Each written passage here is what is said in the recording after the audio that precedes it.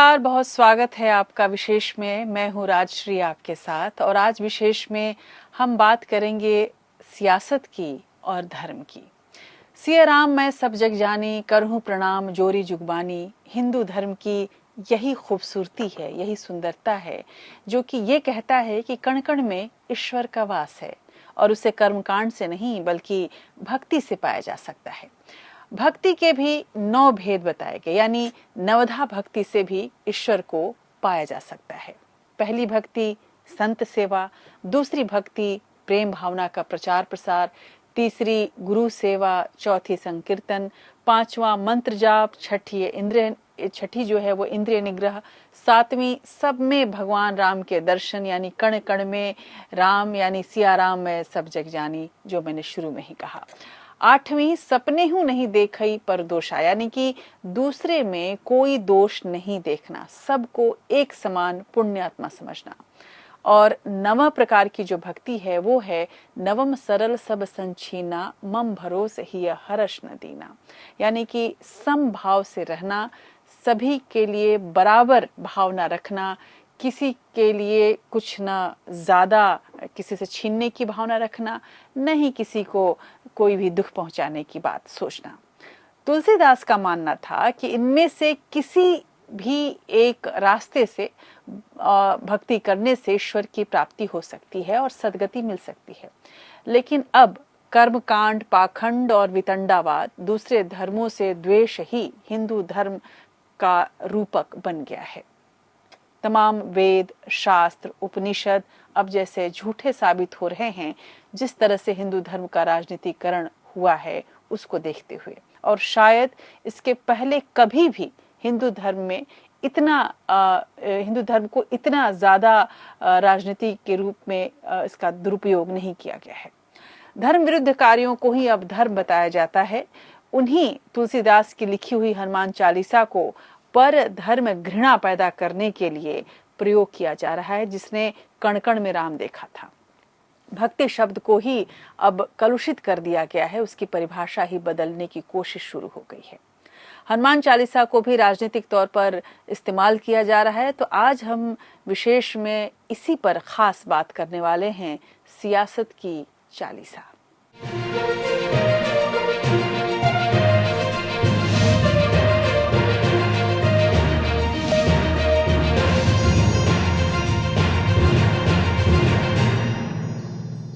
भगवान राम की नगरी अयोध्या में अब भी रामराज है। बाबरी मस्जिद गिरने पर भी वहां भाईचारा बरकरार रहा। मुस्लिमों की बनाई खड़ाऊ पहनकर अयोध्या के मंदिरों में आज भी पूजा होती है। लेकिन कथित हिंदू योद्धा नाम के संगठन ने हिंदू धर्म को अपमानित कर दिया। इस संगठन के 7 लोगों को राम की नगरी में सांप्रदायिक तनाव फैलाने की कोशिश में गिरफ्तार किया गया। हैरान करने वाली बात यह है, और हैरानी से भी ज्यादा पीड़ा देने वाली बात यह है कि सभी आरोपी हिंदू रहे और इन्होंने जालीदार टोपी पहनकर मस्जिदों और मजार के बाहर मांस और पर्चे फेंके थे। लेकिन योगी सरकार की मुस्तैद पुलिस ने सीसीटीवी फुटेज से इनकी पहचान की। वहीं दूसरी तरफ पंजाब के पटियाला में शिवसेना ने खालिस्तान मुर्दाबाद मार्च के नाम से जुलूस निकाला, जिसमें स्थानीय लोगों से झड़प हुई और पथराव और तलवारबाजी की घटना सामने आ गई।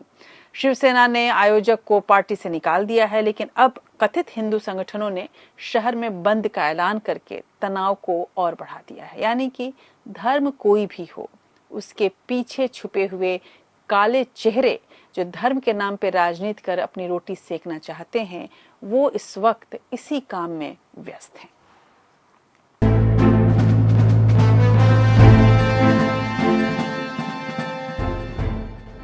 देश में ध्रुवीकरण की राजनीति अब खतरनाक मोड़ लेती जा रही है।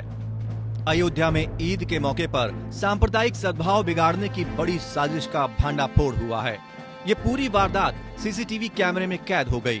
सीसीटीवी में नजर आ रहा है कि सिर पर गोल टोपी लगाए आरोपी मोटरसाइकिल और स्कूटर पर सवार होकर शहर की 2 मस्जिदों के पास पहुंचे और वहां उन्होंने सड़क पर आपत्तिजनक पोस्टर, वस्तुएं और पवित्र ग्रंथ की प्रति डालकर दंगा फैलाने की कोशिश की। इस वारदात को अंजाम देने के लिए 4 दिन तैयारी की गई थी।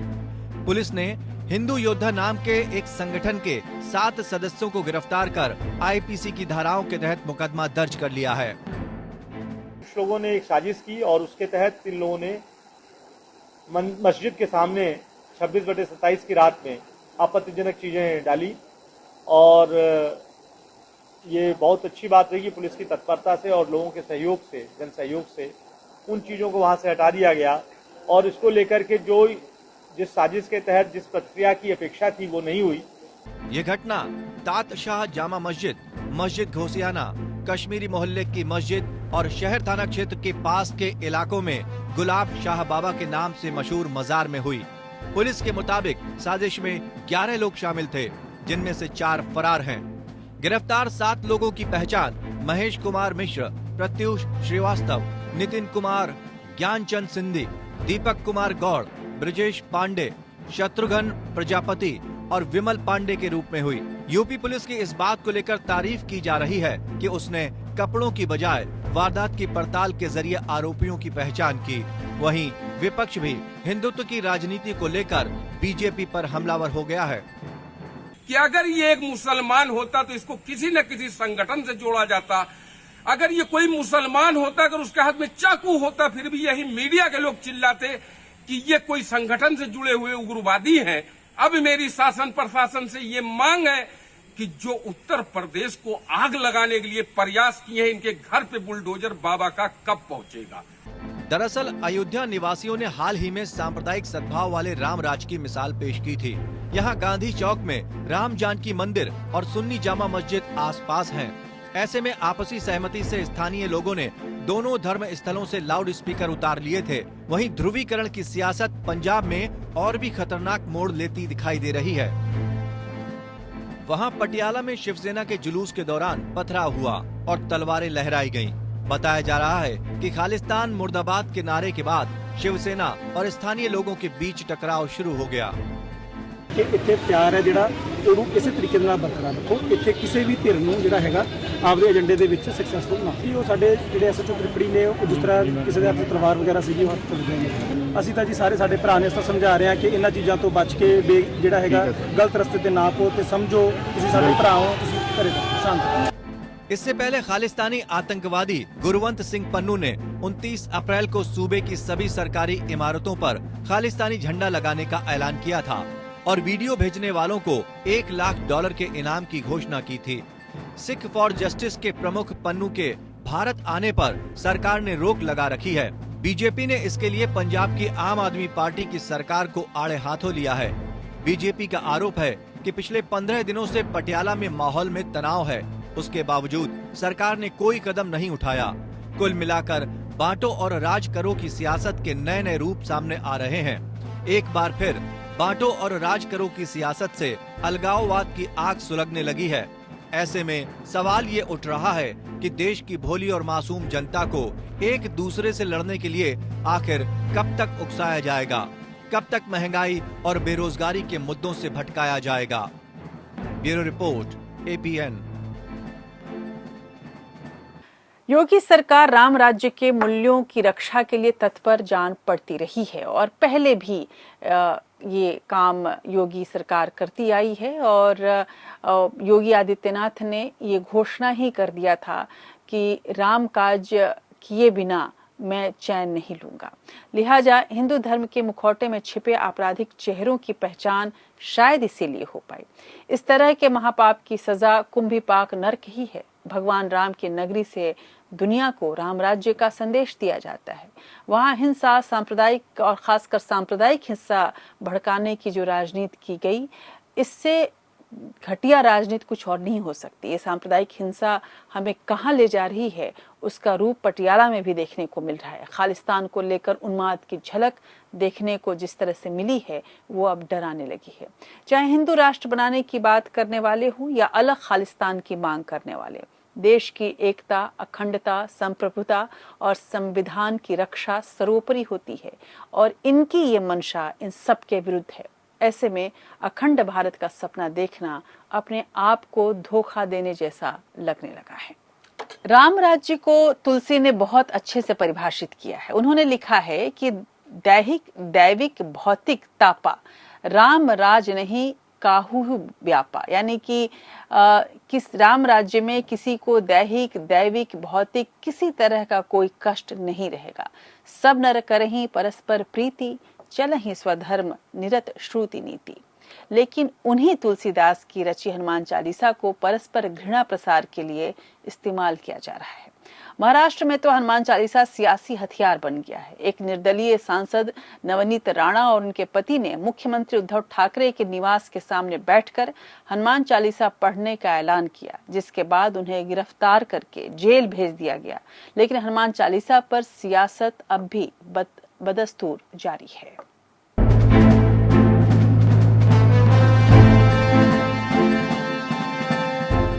नवनीत राणा ने शिवसेना के खिलाफ अपनी मुहिम तेज कर दी है। निर्दलीय सांसद नवनीत राणा और विधायक रवि राणा इन दिनों मुंबई की भाईखला जेल में बंद हैं। उन्होंने अपने समर्थकों के जरिए नागपुर पुलिस कमिश्नर को संजय राउत के खिलाफ अपनी शिकायत भेजी है। नवनीत राणा ने SC/ST एक्ट के तहत मुकदमा दर्ज करने की मांग के साथ आरोप लगाया है कि वो दलित हैं और संजय राउत ने प्रेस कॉन्फ्रेंस कर उनकी छवि बिगाड़ने की कोशिश की है। दरअसल संजय राउत ने एक दिन पहले राणा दंपत्ति को बंटी और बबली बताया था। Mister and missus Bunty Babli है, MP एंड MLA। उसने जिस तरह से आरोप किए थे कि मुंबई पुलिस ने हमसे बहुत ही बुरी तरह से बर्ताव किया है, जात के आधार पर बर्ताव किया है, इसका एक वीडियो हमारे मुंबई के पुलिस कमिश्नर ने ट्वीट किया है। उसमें साफ दिखता है कि ये Bunty and Babli police station में आराम से बैठे हैं, गपशप कर रहे हैं। उनके सामने चाय रखा है, उनके सामने पानी भी है, उनके सामने और भी सामान है। तो मुंबई पुलिस को आप क्यों बदनाम कर रहे हो? संजय राउत ने प्रेस कॉन्फ्रेंस में किसी का नाम लिए बगैर शिवसेना और मातोश्री से उलझने वालों को चेतावनी दी थी। ये कोई बाहर की व्यक्ति आकर मातोश्री में घुसने की भाषा करेगी तो शिवसैनिक चुप बैठेंगे क्या? कभी नहीं बैठेंगे। अगर आप हमारे घर तक पहुंचने की कोशिश करेंगे तो जरूर हमें अधिकार है हिट फॉर टैट करने का, उसी भाषा में जवाब देने का हमको पूरा अधिकार है। नवनीत राणा ने दिल्ली पुलिस कमिश्नर को भी पत्र लिखा है और शिवसेना सांसद पर जाति सूचक शब्दों के अपमान का आरोप लगाते हुए कार्रवाई की मांग की है। वहीं संजय राउत का दावा है कि नवनीत राणा का जाति प्रमाण पत्र फर्जी पाया गया है। अमरावती की जो सांसद है उनका बोगस सर्टिफिकेट कांड है, वो दबाने के लिए केंद्र से उनको मदद मिल रही है। मैं आपको बता रहा हूँ, हाईकोर्ट ने उसको फटकार लगाई है, हाईकोर्ट में वो हार गई है और सुप्रीम कोर्ट में मामला चल रहा है, स्टे दिया है। लेकिन केंद्र से इस व्यक्ति को मदद हो रही। नवनीत राणा के समर्थन में बीजेपी सामने आ गई है। बीजेपी शिवसेना पर हिंदुत्व छोड़ने का आरोप लगा रही है और महाराष्ट्र में ध्रुवीकरण के लिए कोई मौका नहीं छोड़ रही। राम का नाम लेकर सत्ता में आई बीजेपी अब ध्रुवीकरण के लिए हनुमान जी का इस्तेमाल कर रही है। मंदिरों को छोड़ मस्जिदों के सामने बैठकर हनुमान चालीसा पढ़ा जा रहा है। 3 वक्त की संध्या को भुलाकर 5 वक्त का चालीसा शुरू हो गया है। दिलचस्प बात यह है कि वाराणसी के ये हनुमान भक्त चालीसा ढंग से पढ़ने से भी लाचार हैं। पवित्रता के साथ पाठ किए जाने वाले चालीसा को हिंसा की हुंकार में बदल दिया गया है। हिंदू धर्म का राजनीतिकरण इस कदर कर दिया गया है कि उनके करुणामय व्यक्तित्व की जगह तस्वीरों में उनकी पुतलियां हिंसक बनाकर गाड़ियों में लगाई जा रही हैं। महाराष्ट्र में तो अब उदार हिंदुत्व के खिलाफ लड़ाई में हनुमान जी को उग्र हिंदुत्व का प्रतीक बना दिया गया है। निर्दलीय सांसद नवनीत राणा की उद्धव ठाकरे के आवास के सामने हनुमान चालीसा के पाठ की जिद ने इस ध्रुवीकरण की ज्वाला में आहुति डाल दी है। इसे लेकर बीजेपी शिवसेना आमने सामने है। देवेंद्र फडणवीस लोगों को गुमराह कर रहे हैं। हनुमान चालीसा पढ़ने के लिए किसी के ऊपर देशद्रोह का गुनाह नहीं दाखिल हुआ है, समझ लीजिए। वो वकील है, वो लॉयर है। कल मुंबई हाईकोर्ट ने भी उस बारे में अपना मत जो व्यक्त किया है, वो पूरा जजमेंट फडणवीस साहब ने पढ़ना चाहिए। हम भी कहेंगे कि हनुमान चालीसा जरूर पढ़िए। आपका मन अशांत है तो आप अपने घर में मंदिर में जाकर पढ़िए। दूसरे के घर में घुसकर अगर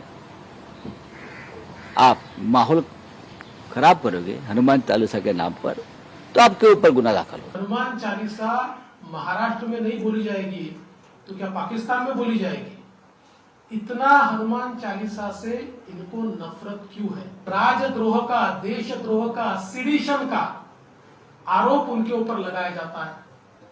अगर हनुमान चालीसा बोलना ये देशद्रोह होगा, ये राजद्रोह होगा, तो हम में से हर व्यक्ति ये राजद्रोह करेगा। वहीं दिल्ली की आम आदमी पार्टी ध्रुवीकरण की सियासत को लेकर अलग ही सियासी खेल में जुटी हुई है। आम आदमी पार्टी की महाराष्ट्र इकाई ने ट्विटर स्पेस में हनुमान चालीसा का पाठ शुरू कर बीजेपी शिवसेना पर निशाना साधा है। इससे पहले दिल्ली की आम आदमी पार्टी ने हनुमान जयंती पर एक पूरे पेज का विज्ञापन अखबारों में जारी किया था। कुल मिलाकर धर्म मजहब की बिना पर समाज के ध्रुवीकरण से वो बैंक बनाने की सियासत जोर पकड़ रही है। बीजेपी कट्टर हिंदुत्व जगाकर स्थायी वोट बैंक बनाने की फिराक में है, तो शिवसेना पर हिंदुत्व को छोड़ने का आरोप लगा रही है। वहीं आम आदमी पार्टी उदार हिंदू वोटरों को धर्म के नाम पर अपने साथ जोड़ने का खेल खेल रही है। हालात ये है कि सबका साथ, सबका विकास और सबका विश्वास का नारा देने वाली बीजेपी इस खेल में सबसे आगे है। वहीं सबको साथ लेकर चलने वाले राजनीतिक दल हाशिए पर पहुंच गए हैं। जाहिर है कि बंटवारे की सियासत की गोरों की दी विरासत को सियासतदानों ने सिर्फ सजो कर रखा है, बल्कि देश को एक और बंटवारे की मुकाम तक पहुंचाने पर आमदा है। Anshuman Tripathi, APN news. इतना ही नहीं, अब तुलसीदास की रामचरितमानस की रचना को भी बाबरी मस्जिद के निर्माण और से जोड़ा जाता है। आजकल के नेता ये भी कहते हैं कि आप सोचिए, जब मुगल काल था और तब तुलसीदास ने रामचरितमानस की रचना की, ये मुस्लिमों के खिलाफ, मुगलों के खिलाफ उनके एक बगावत का प्रतीक था। गौरतलब है कि तुलसीदास के रामचरितमानस का सबसे ज्यादा विरोध हिंदू ब्राह्मणों ने किया था, क्योंकि उन्होंने रामचरितमानस संस्कृत में नहीं बल्कि अवधी में लिखा और इसलिए ब्राह्मण उनके विरोधी हुए। यहाँ तक कि उनकी पोथी चुराने की कोशिश की गई। यहाँ तक कहा गया कि तुलसीदास ने छुपकर ये पूरी रचना पूरी की थी। वैसे हिंदू धर्म में 3 संध्या करने का विधान है, लेकिन घृणा प्रेरित प्रतिस्पर्धा में 5 वक्त हनुमान चालीसा पढ़ने का ढोंग हो रहा है। यहाँ एक गौर करने वाली बात यह भी है कि इस कॉम्पिटिटिव कम्युनलिज्म यानी कि प्रतिस्पर्धी सांप्रदायिकता की वजह से हिंदू धर्म के मूल स्वरूप को सबसे ज्यादा नुकसान हुआ है। सनातन धर्म और सिमेटिक यानी कि पैगंबरी धर्म में बहुत फर्क है। सिमेटिक धर्मों की श्रेणी में यहूदी, ईसाई और इस्लाम आते हैं और ये धर्म एकेश्वरवाद में विश्वास रखता है।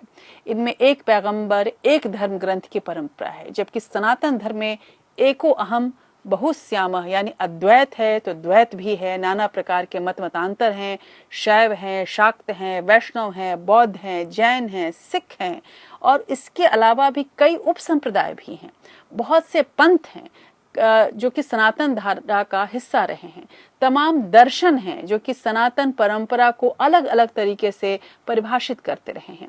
इस परंपरा में आस्तिक भी हैं, नास्तिक भी हैं, सगुण भी हैं, निर्गुण भी हैं। दर्शन और चिंतन अलग अलग रहे हैं। यही वैविध्य हिंदू धर्म को सिमेटिक धर्मों से अलग करता रहा है। यही विविधता हिंदू धर्म को सबसे ज्यादा ग्राह्य धर्म बनाया, सबसे ज्यादा सहनशील धर्म बनाया। लेकिन एक पंथ, एक प्रधान और एक विधान की राजनीति से हिंदू धर्म की विविधता का जो सौंदर्य है वो जबरदस्त तरीके से प्रभावित हुआ है। इसकी उदारता की जगह अब सिमेटिक धर्मों के आक्रामक धर्म प्रचार शैली लेती जा रही है और देश धर्माधारित राष्ट्र की ओर बढ़ रहा है, जहां धर्म की स्थापना नहीं बल्कि धर्मांधता ज्यादा फैल रही है और इससे हमें बचना होगा। तुलसी कहते हैं, तुलसी सरनाम गुलामू है राम को, जाको रुचे सो कहे कछुओ, मांग के खैबो मसित को सोईबो, लैबो को एक न देबो को दो। यानी तुलसीदास ने जो ये भाषा है, इसमें उर्दू के भी शब्द आप देख सकते हैं। मस्जिद यानी मस्जिद में कह रहे हैं वो। तुलसीदास का ये मानना है कि और तुलसीदास ही नहीं, ये कहा जाए भक्ति परंपरा में यही चलता आ रहा है, संत परंपरा में यही चलता आ रहा है कि तुलसी का जो नाम है वो राम का ही गुलाम है। जो उसके दिल करता है, जो उसकी आत्मा कहती है, वो ही वो भक्त बोलेगा। मांग के खाएगा, मस्जिद में सो जाएगा, न किसी का लेना है न किसी को देना है। यानी कि उदारता की वो परंपरा जहां आप जो इंसानियत के धर्म को सबसे बड़ा धर्म मानते हैं। हर हिंदू के हर घर में पूजे और पढ़े जाने वाले रामचरितमानस के प्रणेता मस्जिद में सोते थे, लेकिन अब सियासत की चालीसा ने मंदिर मस्जिद विवाद को फिर से पैदा कर दिया है और ये जहर अब नई पीढ़ी के दिलो दिमाग में लगातार भरा जा रहा है। सांप्रदायिकता की राजनीति शिक्षा के मंदिरों तक पहुंच चुकी है। उत्तर प्रदेश के बनारस हिंदू विश्वविद्यालय में इफ्तार पार्टी के आयोजन को लेकर हाल ही में छात्रों ने जमकर बवाल काटा। छात्रों ने इफ्तार पार्टी में शामिल होने पर कुलपति सुधीर कुमार जैन का पुतला तक फूंका। छात्रों को कैंपस में इफ्तार पार्टी के आयोजन और उसमें कुलपति के शिरकत करने पर ऐतराज था। वहीं यही अनुदारता जम्मू कश्मीर के सियासी दलों में भी देखी गई, जब दिव्यांग बच्चों को पढ़ाने वाली शिक्षिकाओं को पढ़ाते वक्त नकाब से परहेज के लिए कहा गया।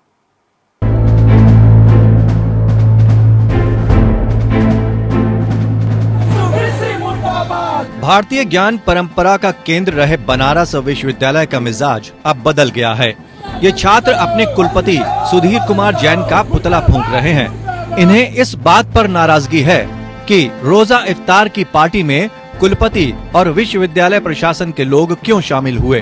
वाइस चांसलर मुर्दाबाद मुर्दाबाद मुर्दाबाद। बीएचयू में इफ्तारी नहीं चलेगी, नहीं चलेगी, नहीं चलेगी। परंपरा बंद करो, बंद करो, बंद करो।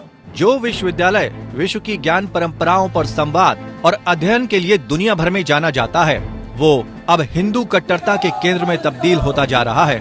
छात्रों का कहना है कि कुलपति को अगर इफ्तार करना है तो वो अलीगढ़ मुस्लिम यूनिवर्सिटी या फिर जेएनयू चले जाएं। मुर्दाबाद मुर्दाबाद। वाइस चांसलर मुर्दाबाद मुर्दाबाद मुर्दाबाद। कुलपति जी नित्य नए जो है अपना जो है परंपरा स्थापित करने का प्रयास कर रहे हैं विश्वविद्यालय में पिछले 5 वर्षों से मैं यहीं हूँ, कभी इफ्तार की आयोजन नहीं किया गया और इसे परंपरा बताते हुए किया गया कि हर साल ऐसा होता है, जबकि विश्वविद्यालय में ऐसा कभी नहीं होता।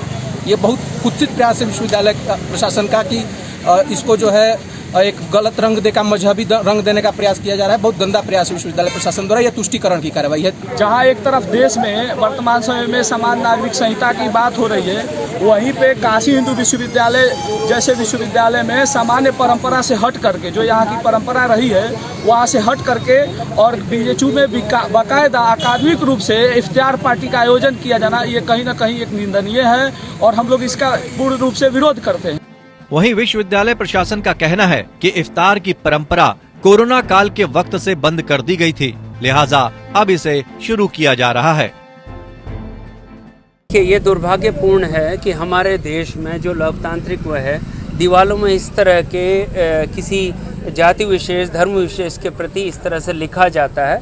यह उनकी मंशा है कि इस विश्वविद्यालय का वातावरण खराब करें, लेकिन हमारे बच्चे इस तरह के वातावरण को समझते हैं, इन चीज़ों को समझते हैं और वो कभी भी इस वातावरण को खराब नहीं होने देंगे और हम कभी भी ऐसे लोगों को सफल नहीं होने देंगे किसी भी हालत में। दरअसल गुरुवार को महिला महाविद्यालय में पुरानी परंपरा को कायम रखते हुए रोजा इफ्तार की पार्टी रखी गई थी। इसमें कुलपति प्रोफेसर सुधीर कुमार जैन के साथ ही प्रॉक्टर प्रोफेसर वी.के. शुक्ला सहित अन्य अधिकारियों और शिक्षकों को भी आमंत्रित किया गया था। इफ्तार पार्टी में कुलपति की मौजूदगी में ही छात्राओं, शिक्षकों और शिक्षिकाओं ने रोजा खोला। इस दौरान कुलपति ने छात्रों के संग सेल्फी भी ली। छात्रों के एक गुट तक खबर पहुंचने के साथ ही बवाल शुरू हो गया। उन्होंने हंगामा शुरू कर दिया। वहीं जम्मू कश्मीर में नफरत की सियासत का असर अलग तरीके से देखने को मिला। कश्मीर घाटी में सेना की मदद से संचालित दिव्यांग छात्रों के एक निजी स्कूल में हिजाब का विवाद उठ खड़ा हुआ। यहाँ स्कूल प्रशासन ने सर्कुलर जारी कर हिजाब पहनने वाली शिक्षिकाओं को पढ़ाते वक्त हिजाब से परहेज करने को कहा। बस फिर क्या था, प्रशासन का कहना था कि हिजाब पहनने से परहेज की बात नहीं कही गई, बल्कि चेहरे पर नकाब को पढ़ाते वक्त हटाने का मशवरा दिया गया ताकि दिव्यांग बच्चे अपनी टीचर के चेहरे के हाव भाव से सबक को समझ सकें। लेकिन सियासतदानों की अक्ल इस कदर अपाहिज हो चली है कि वो मामले को ले उड़े। पीडीपी की नेता महबूबा मुफ्ती से लेकर नेशनल कॉन्फ्रेंस के नेता उमर अब्दुल्ला ने भी इस आग में सियासी रोटियां सेकी। और मैं फिर इस बात पे आता हूँ ना, ये वो हिंदुस्तान नहीं है जिसके साथ जम्मू कश्मीर ने इल्हाक किया था। हमने जब इल्हाक किया था, हमने उस हिंदुस्तान के साथ इल्हाक किया था जिसमें हर मजहब को बराबर के नजरिए से देखा जाएगा। हमें ये नहीं कहा गया था कि एक मजहब को ज्यादा अहमियत दी जाएगी और बाकी मजहबों को जो है दबाया जाएगा। अगर हमें ये कहा गया होता तो शायद हमारा फैसला कुछ और होता। अगर स्कूल और विश्वविद्यालयों पर सांप्रदायिक सोच इस कदर हावी हो जाएगी तो जाहिर है कि शिक्षा की जरूरत और अहमियत भी नहीं रह जाएगी।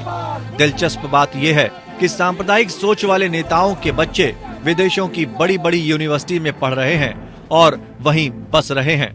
वहीं उन नेताओं के समर्थक अपने ही गली मोहल्लों में कहीं इफ्तार का विरोध कर रहे हैं तो कहीं लाउड स्पीकर्स पर लड़ रहे हैं या फिर गंदी सड़क पर मस्जिद की ओर मुंह करके दिन में 5 बार हनुमान चालीसा पढ़ रहे हैं। Bureau report, APN।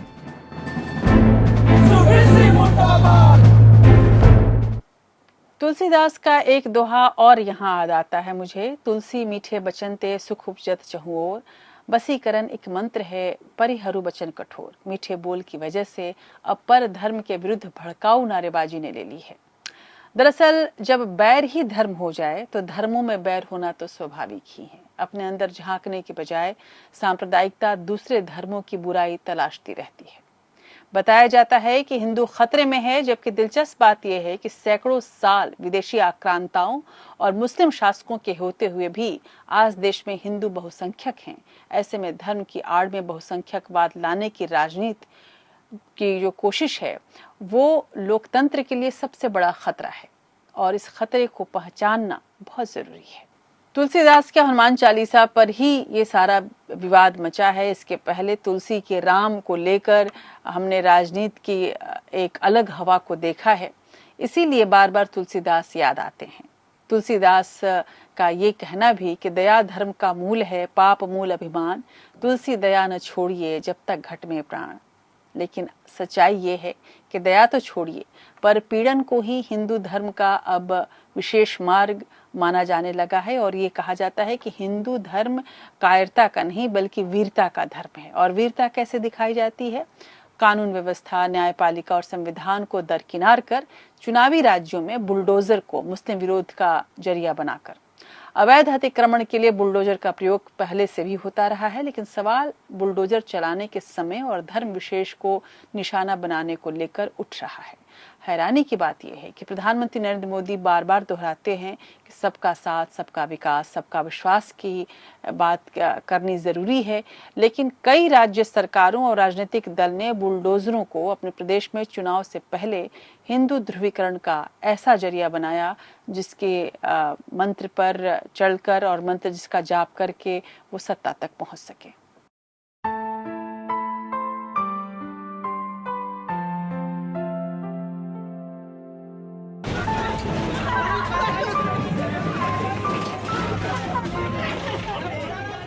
ये मासूम 2 जून की रोटी के लिए उजड़े हुए घरौंदे के मलबे से चंद सिक्के बटोर रहा है। इसका कहना है कि इसी से उसकी दुकान और घर चलता था। एक साथ 9 बुलडोजरों ने गरीबों के आशियानों पर एक साथ हमला बोल दिया, क्योंकि बांटो और राज करो की सियासत ने अब बुलडोजरों की शक्ल ले ली है। नफरत की सियासत बच्चों के दर्द से कभी नहीं पसीजती। दंगों का दर्द उन मासूमों को सबसे ज्यादा भुगतना होता है जिन्हें भगवान का रूप बताया जाता है। उन महिलाओं के दर्द भरी चीखें और रुदन भी धर्म के ठेकेदारों को सुनाई नहीं पड़ती, जो यत्र नारेस्तु पूज्यते तत्र रमन्ते देवता का पाखंड करते हैं। इस मौके पर सिर्फ वामपंथी दल ही आम लोगों के साथ खड़े नजर आए। सुप्रीम कोर्ट ने अन्याय का बुलडोजर, गैर संवैधानिक बुलडोजर, जनवाद को कुचलने का बुलडोजर को फिलहाल रोका है और निश्चित रूप पर देश भर के जनवाद जिसको पसंद है वो इसका स्वागत जरूर करेंगे। बहरहाल मजहब की लड़ाई में सियासत की दुकानें चल निकली हैं। जल्द ही दिल्ली नगर निगम के चुनाव होने हैं। कुछ सियासी दल दौड़ में आगे निकल गए, कुछ अब पहुंच रहे हैं। जहांगीरपुरी में अब सियासी दलों ने पर्यटन शुरू कर दिया। पहले सभी पार्टियां सोशल मीडिया में ट्वीट करने और पोस्ट करने में व्यस्त थी। अब यहां ठंडे पड़ गए, चूल्हे पर सियासी रोटियां सेकने पहुंच रहे हैं। लेकिन पुलिस ने इन्हें पीड़ितों से मिलने नहीं दिया। ये भी नई तरह की सियासत है।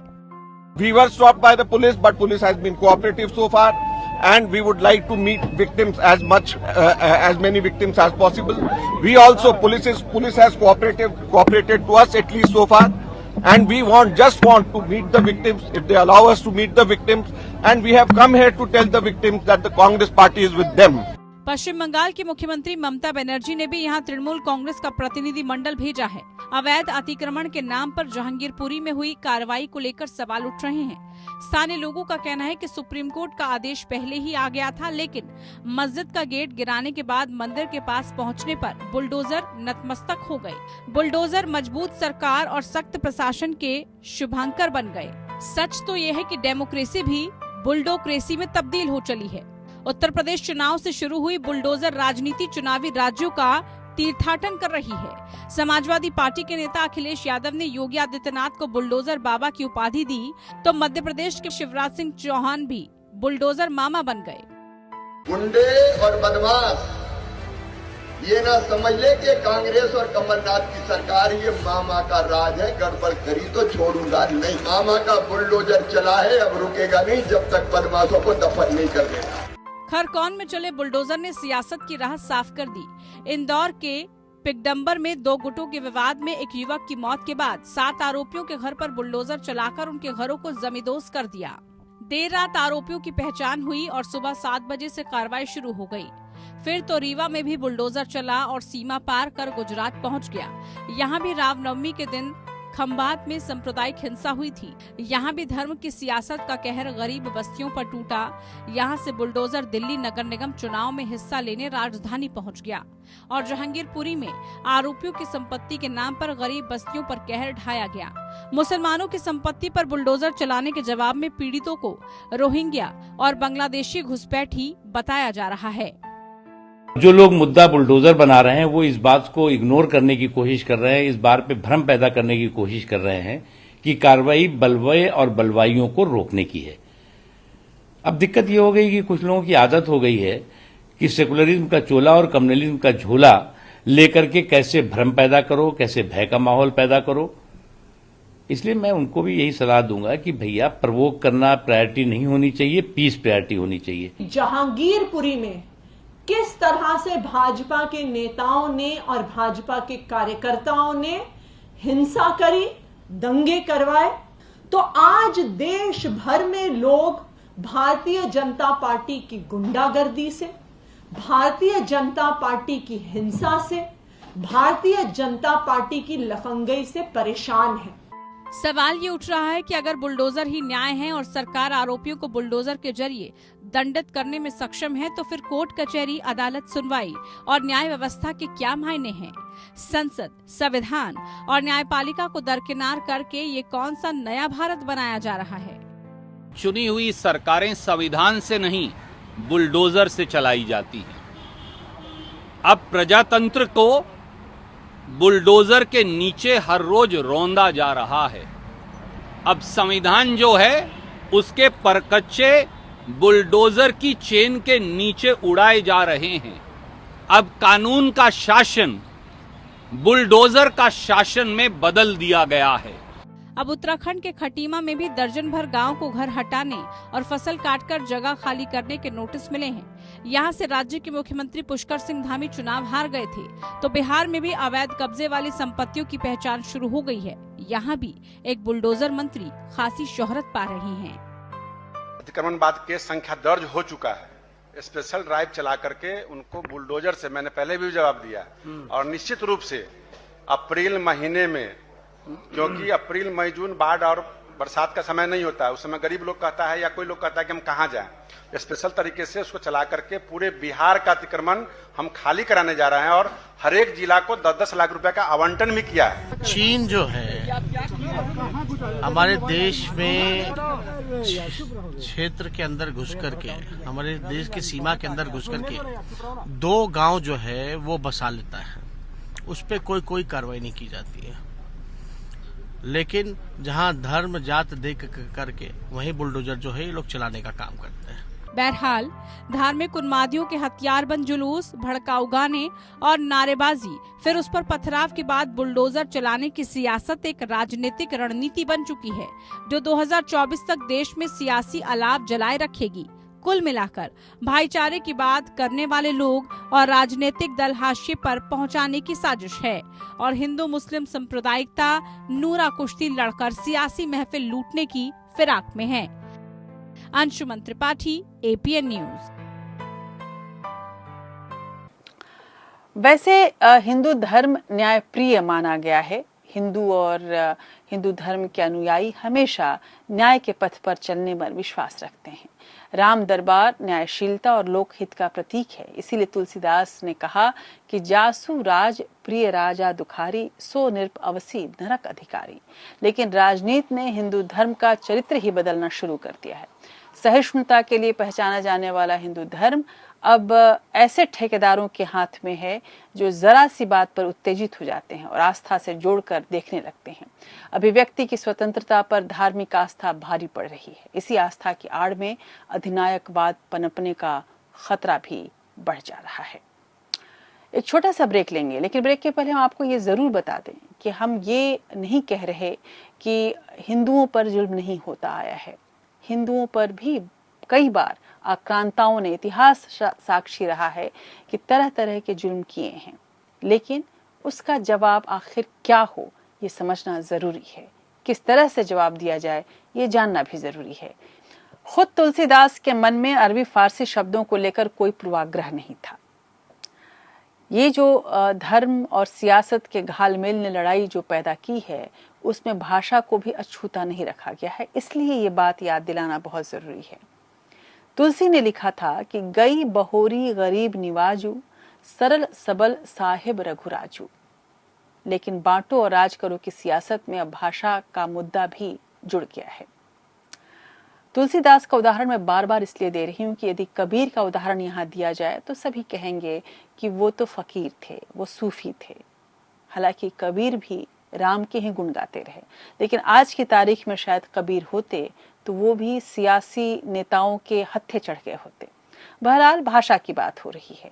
कन्नड़ अभिनेता किच्चा सुदीप के हिंदी को लेकर ट्वीट से शुरू हुए इस विवाद में सियासतदान भी कूद पड़े हैं। ट्विटर सोशल मीडिया प्लेटफॉर्म पर अजय देवगन और किच्चा सुदीप के बीच निर्देशक राम गोपाल वर्मा की मध्यस्थता से गलतफहमियां दूर हो गईं, लेकिन हिंदी को लेकर अहिंदी भाषी प्रदेशों के नेताओं ने बहस छेड़ दी है। दरअसल ये विवाद केंद्रीय गृह मंत्री अमित शाह के हिंदी को देश की भाषा बनाने का मुद्दा उठाने पर उठा।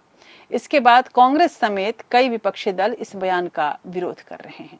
हिंदी बेचारी भाषा है और वो भाषा कैसे अब धर्म के आड़ में और हिंदुत्व हिंदी के आड़ में उसके साथ खिलवाड़ हो रहा है, ये भी देखिए आप।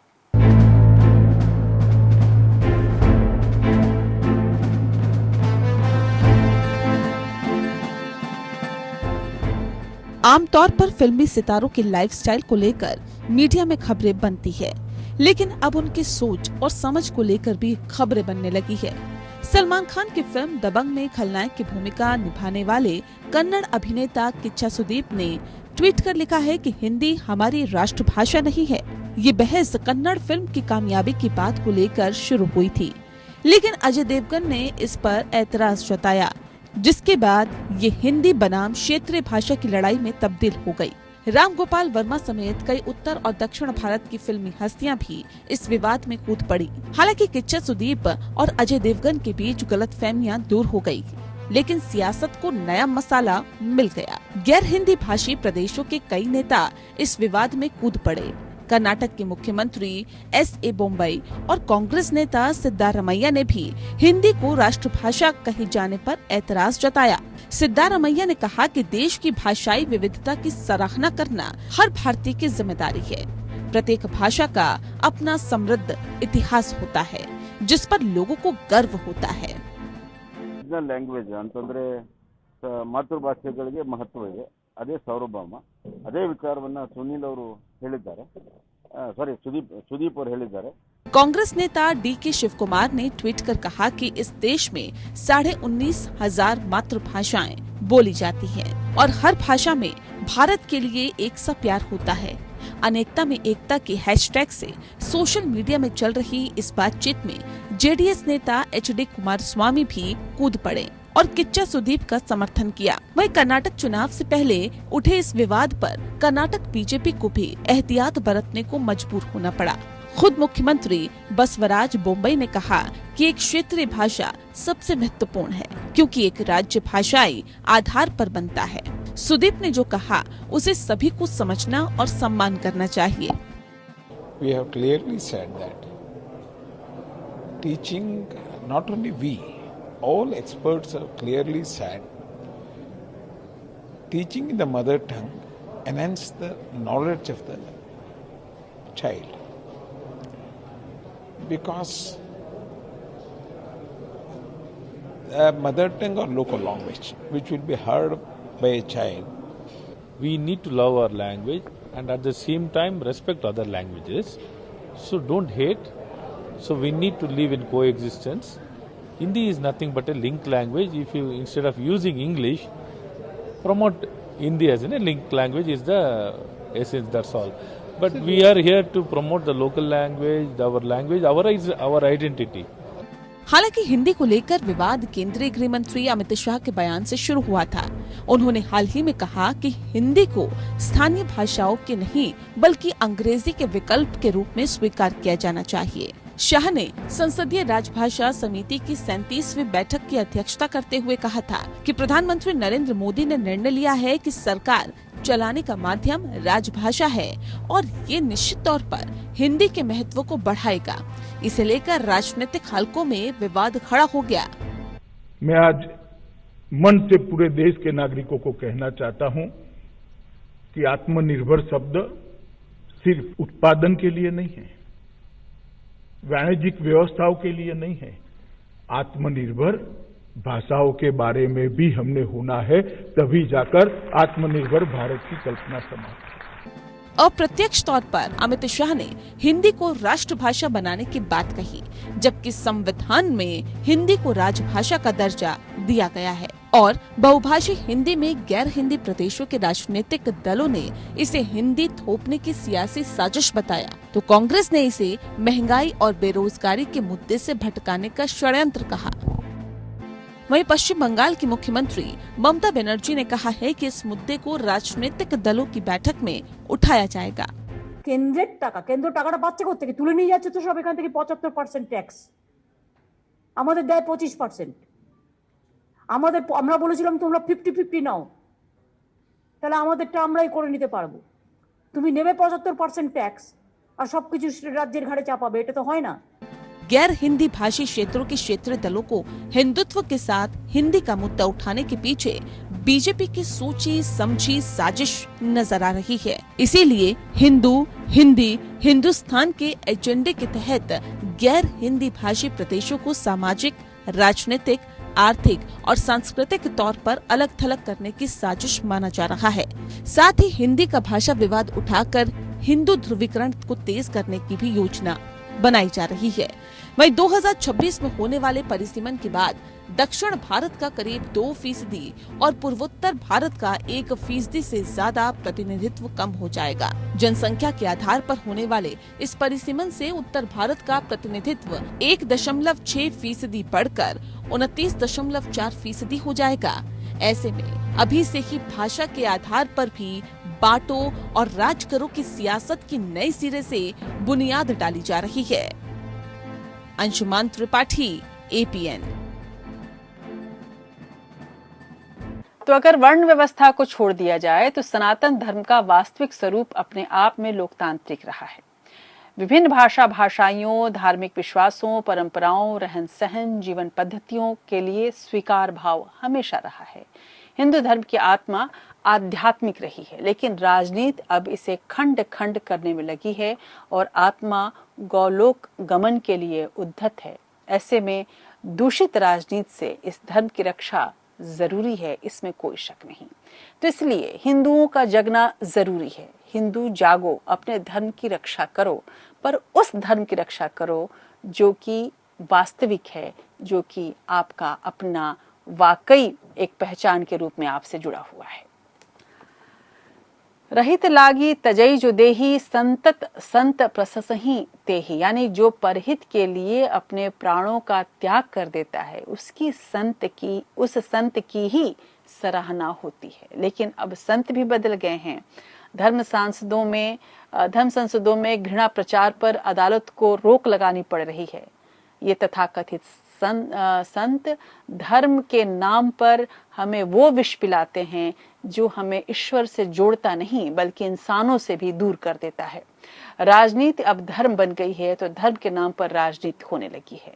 समाज का बुद्धिजीवी तबका भी बढ़ चुका है, मौन रहकर राजनीति को देख रहा है तो कहीं विरोध भी राजनीति से प्रेरित है।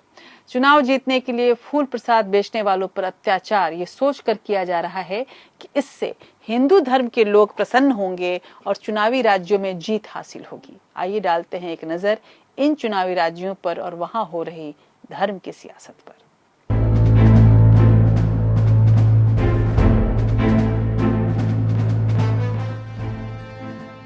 सचिव वैद गुरु तीनी जो प्रिय बोलही भय आस, राज धर्म तंतीनी कर होई बेगी ही नास।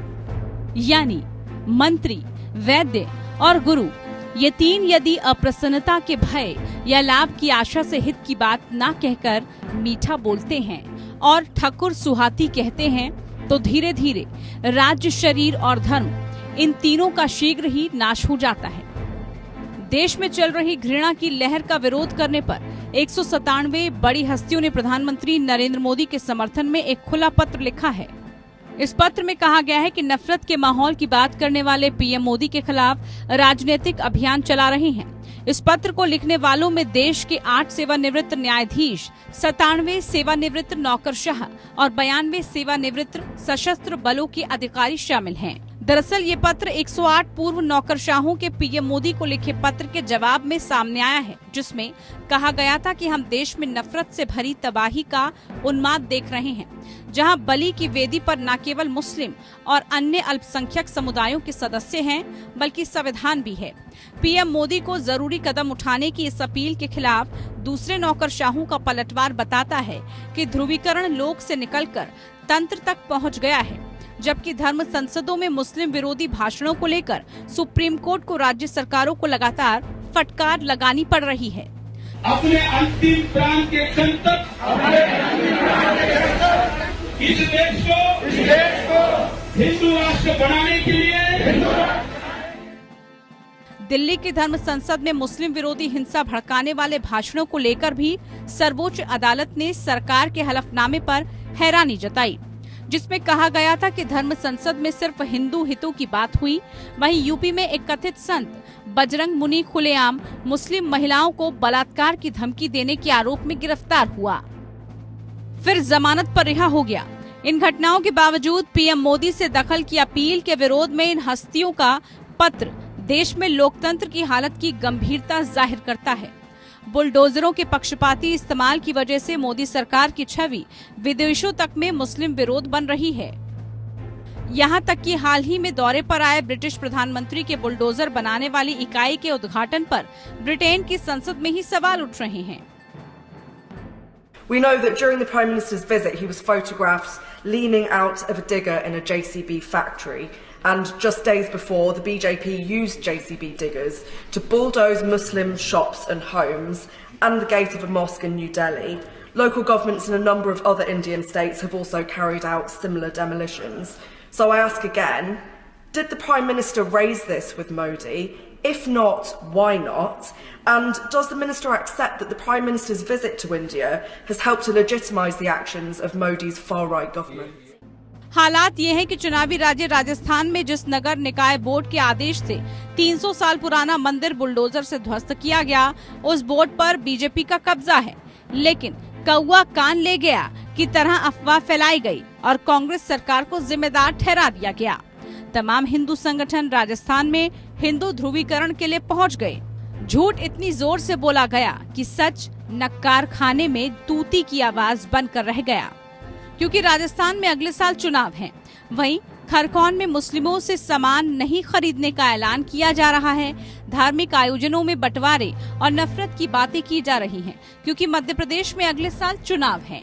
बीजेपी शासित राज्यों में समान नागरिक संहिता लागू किए जाने की बात जोर शोर से उठाई जाने लगी है। मैंने और मेरी पार्टी ने उत्तराखंड की देवतुल्य जनता के समक्ष ये हमने संकल्प लिया था कि हमारी नई सरकार के गठन होते ही हम यूनिफॉर्म सिविल कोड उत्तराखंड के अंदर लेकर आएंगे। आज मंत्रिमंडल ने हमने तय किया कि हम जल्द से जल्द इसको लागू करेंगे और आज मंत्रिमंडल ने हमने सर्वसम्मति से प्रस्ताव ये पारित कर दिया है कि इसका ड्राफ्ट करने के लिए जल्दी ही हम कमेटी का गठन कर देंगे और उत्तराखंड के अंदर ये लागू होगा। क्योंकि हिमाचल प्रदेश और गुजरात में इस साल और कर्नाटक में अगले साल चुनाव है। गुजरात के हिम्मतनगर में भी रामनवमी पर हुई हिंसा के बाद न्याय करने के लिए बुलडोजर भेज दिया गया। हालांकि सुप्रीम कोर्ट के दखल से बुलडोजर को फिलहाल थाम लिया गया। कर्नाटक में तो ध्रुवीकरण का आलम यह है कि मंदिरों के सामने से मुस्लिम विक्रेताओं को हटाने की कोशिशें हो रही हैं। इससे पहले हिजाब विवाद को बेवजह तूल दिया गया। नई पीढ़ी को भी धर्म मजहब की लड़ाई में झोंक दिया गया, जिसका फायदा मुस्लिम कट्टरपंथियों को भी मिला। देश में बढ़ते हिंदू ध्रुवीकरण के नाम पर मुस्लिम कट्टरपंथी आम मुसलमानों के जज्बात भड़काने के लिए आंसू तक बहाने लगे हैं। कहा कि आपके उम्मत पर जुल्म हो रहा है या रसूलुल्लाह, या रसूलुल्लाह जुल्म हो रहा है आपकी उम्मत पर। आका हमको जुल्म के जरिए मिटाने की कोशिश की जा रही है, मगर या रसूलुल्लाह सल्लल्लाहु अलैहि वसल्लम हम आपके उम्मती हैं, हम खबीब बिन अदी के गुलामों के गुलाम हैं। हम सबर करेंगे, मैदान नहीं छोड़ेंगे, कमर कसेंगे, अल्लाह से डरकर सिर्फ इन लोगों से मुकाबला करेंगे। मुसलमानों की रहनुमाई करने का दावा करने वाले भले ही कुछ कहें, लेकिन सच ये है कि देश के मुसलमानों ने राष्ट्रीय स्तर पर मुसलमानों की अलग पार्टी आज तक नहीं बनने दी।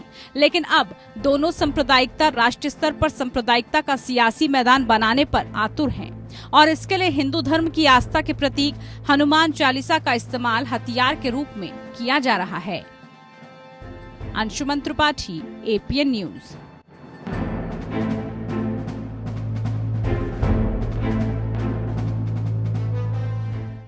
तो जब तुलसीदास ने रामचरितमानस की रचना की और इस समाज में इस महाग्रंथ की चर्चा फैलने लगी, तो इनके समकालीन प्रसिद्ध मुस्लिम कवि रहीम खान खाना ने एक दोहा लिखकर उस काव्य की भूरी भूरी प्रशंसा की। कहा था, रामचरितमानस बिमल संतन जीवन प्राण, हिंदू वासन को वेद सम जवन ही प्रगट कुरान।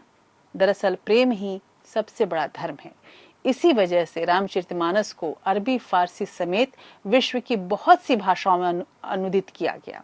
लेकिन जिस तरह से हिंदू धर्म का रूप राजनीति विकृत कर रही है, उससे लगता है कि अब तुलसी और कबीर इस धर्म में कभी नहीं पैदा होंगे, क्योंकि आज का दौर सियासत की चालीसा का दौर है, जिसमें हनुमान जी और उनकी साधना का राजनीतिक इस्तेमाल या कहा जाए गलत इस्तेमाल करने का चलन है।